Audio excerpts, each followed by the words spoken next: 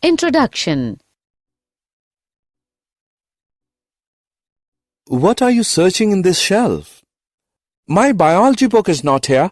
Today my biology teacher announced that there will be a written test of biology tomorrow. So what is the topic of your test? Cell cycle and cell division. Can you please help me? Okay, I tell you about the different phases of cell cycle and cell division. Objectives. At the end of this lesson, you'll be able to define cell cycle, understand the various phases of cell cycle, know about M phases and its different stages, describe the significance of mitosis, know about meiosis and its different stages, describe the significance of meiosis. What is cell cycle? The cell is the structural and functional unit of life. All cells produce by dividing into two, with each parental cell giving rise to two daughter cells each time they divide. These newly formed daughter cells can themselves grow and divide, giving rise to a new cell population that is formed by the growth and division of a single parental cell and its progeny. The process by which the cells arise from pre-existing cells is called cell division. Actually, it is a very important process and found in all living organisms. During the division of a cell, DNA replication and cell growth also takes place. Now let us know cell cycle. The sequence of events by which a cell duplicates its genome, synthesizes the other constituents of the cell, and eventually divides into new daughter cells is termed as cell cycle. You will be surprised to know that the replicated chromosomes, DNA, are distributed to daughter nuclei by a complex series of events during cell division. Now let us know about the phases of cell cycle. Phases of cell cycle. The cell cycle is divided into two basic phases, interphase and M phase or mitosis phase. The M phase represents the phase when the actual cell division or mitosis occurs, and the interphase represents the phase between two successive M phases. The M phase starts with the nuclear division corresponding to the separation of daughter chromosomes, karyokinesis, and usually ends with division of cytoplasm, cytokinesis. The interphase, though called the resting phase, is the time during which the cell is preparing for division by undergoing both cell growth and DNA replication in an orderly manner. First, let us know about various stages of interphase. The interphase is divided into three further phases: G1 phase or gap 1, S phase or synthesis phase, G2 phase or gap 2. Now let us know each in detail. G1 phase corresponds to the interval between mitosis and initiation of DNA replication.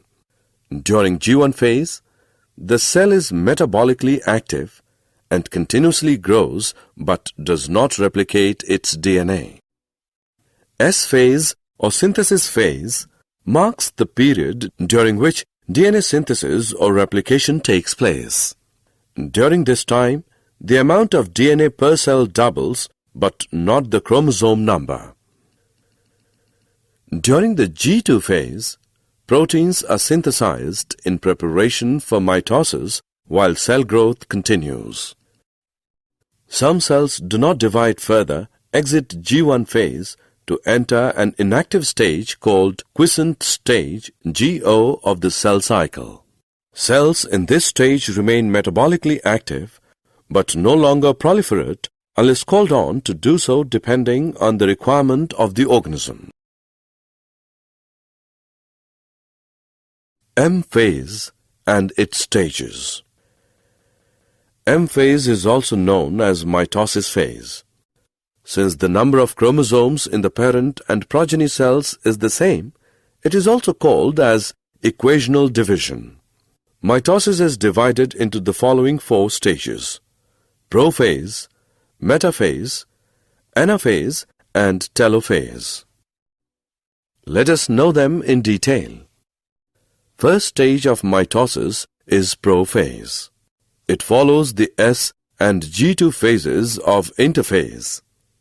In the S and G2 phases, the new DNA molecules formed are not distinct but intertwined. The completion of prophase can thus be marked by the following characteristic events. Chromosomal material condenses to form compact mitotic chromosomes. Chromosomes are seen to be composed of 2 chromatids attached together at the centromere. Initiation of the assembly of mitotic spindle, the microtubules, the proteinaceous components of the cell cytoplasm help in the process. The second stage of mitosis is called metaphase. At this stage, metaphase chromosome is made up of 2 sister chromatids which are held together by the centromere. Small disc-shaped structures at the surface of the centromeres are called kinetochores. These structures serve as the sites of attachment of spindle fibers to the chromosomes that are moved into position at the center of the cell. The plane of alignment of the chromosomes at metaphase is referred to as the metaphase plate. The key features of metaphase are spindle fibers attached to kinetochores of chromosomes. Chromosomes are moved to spindle equator and get aligned along metaphase plate through spindle fibers to both poles. Now let us know next stage of mitosis, that is anaphase stage. It is the third or next stage of mitosis. At the onset of anaphase, each chromosome arranged at the metaphase plate is split simultaneously and the 2 daughter chromatids begin their migration towards the 2 opposite poles. This stage is characterized by the following key events. Centromeres split and chromatids separate. Chromatids move to opposite poles. Next stage is telophase. It shows the following key events. Chromosomes cluster at opposite spindle poles and their identity is lost as discrete elements. Nuclear envelope assembles around the chromosome clusters. Nucleolus, Golgi complex, and ER reform. Do you know that mitosis accomplishes not only the segregation of duplicated chromosomes into daughter nuclei, karyokinesis, but the cell itself is divided into 2 daughter cells by a separate process called cytokinesis, at the end of which cell division is complete. Significance of mitosis. Till now we have learnt about various stages of mitosis. Now let us see what is the significance of mitosis. Significance of mitosis. Mitosis results in the production of diploid daughter cells with identical genetic complement usually. The growth of multicellular organisms is due to mitosis. Cell growth results in disturbing the ratio between the nucleus and the cytoplasm. It therefore becomes essential for the cell to divide to restore the nucleocytoplasmic ratio.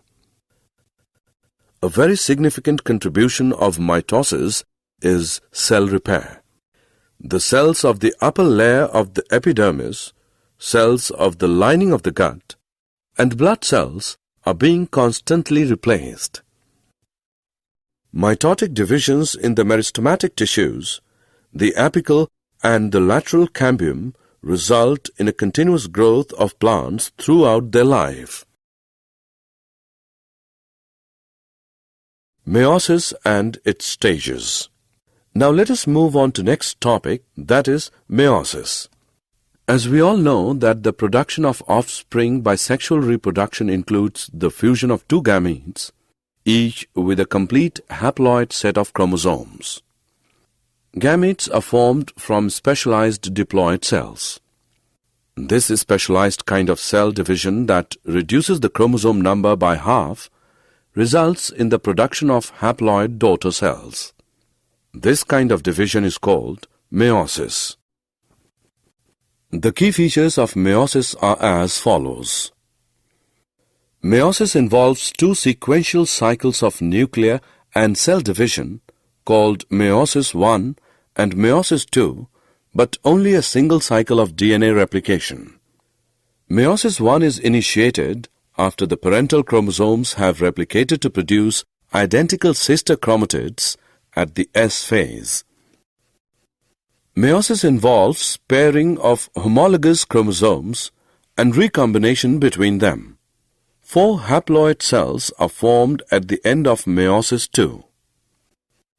Meiotic events can be grouped under the following phases: prophase I, metaphase I, anaphase I, and telophase I come under the meiosis I, while prophase II, metaphase II, anaphase II, and telophase II come under the meiosis II. Now let us know each phase in detail. The first stage of meiosis I is prophase I. It is very long and more complex in comparison of prophase stage of mitosis. It has been further subdivided into the following 5 phases based on chromosomal behavior, that is, leptotene, zygotene, pachytene, diplotene, and dikinesis. During leptotene stage, the chromosomes become gradually visible under the light microscope. The compaction of chromosomes continues throughout leptotene. This is followed by the second stage of prophase I called zygotene. During this stage, chromosomes start pairing together, and this process of association is called synapsis. Such paired chromosomes are called homologous chromosomes. Electron micrographs of this stage indicate that chromosome synapsis is accompanied by the formation of complex structure called synaptonemal complex. The complex formed by a pair of synapsed homologous chromosomes is called a bivalent or a tetrad. However, these are more clearly visible at the next stage. Next stage, pachytene is comparatively longer than previous 2 stages. During pachytene stage, bivalent chromosomes now clearly appears as tetrads. This stage is characterized by the appearance of recombination nodules, the sites at which crossing over occurs between non-sister chromatids of the homologous chromosomes. Crossing over is the exchange of genetic material between 2 homologous chromosomes. Crossing over leads to recombination of genetic material on the 2 chromosomes. Recombination between homologous chromosomes is completed by the end of pachytene, leaving the chromosomes linked at the sites of crossing over. Pachytene stage is followed by diplotene stage. The beginning of diplotene is recognized by the dissolution of synaptonemal complex and the tendency of the recombined homologous chromosomes of the bivalents to separate from each other except at the sites of crossovers. These X-shaped structures are called chiasmata. The final stage of meiotic phase I is dikinesis. This is marked by terminalization of chiasmata. During this phase, the chromosomes are fully condensed and the meiotic spindle is assembled to prepare the homologous chromosomes for separation. By the end of dikinesis, the nucleolus disappears and the nuclear envelope also breaks down. Dikinesis represents transition to metaphase.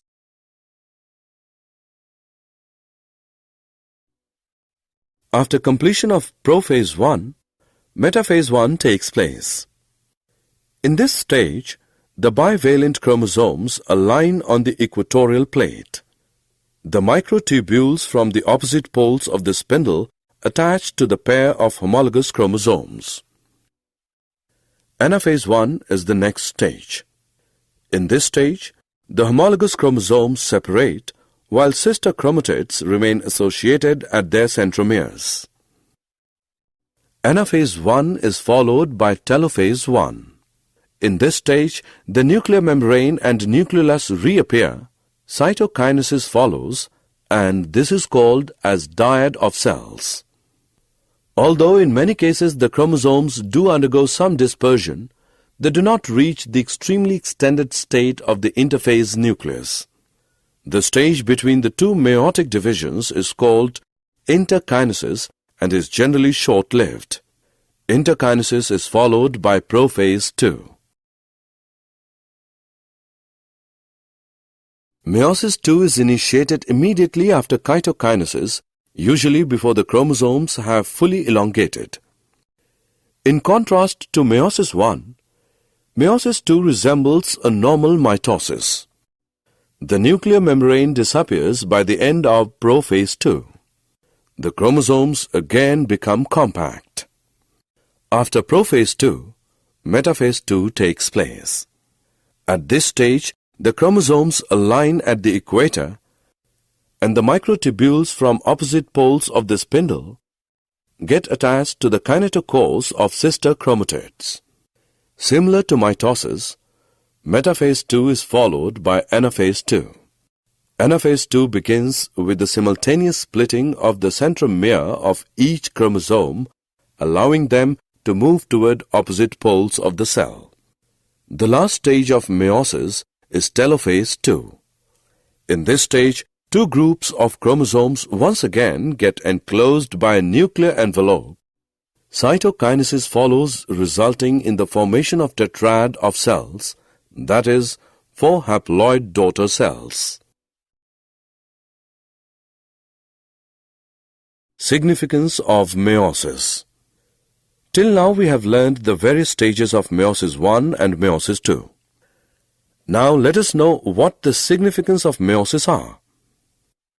Meiosis is the mechanism by which conservation of specific chromosome number of each species is achieved across generations in sexually reproducing organisms, even though the process per se paradoxically results in reduction of chromosome number by half.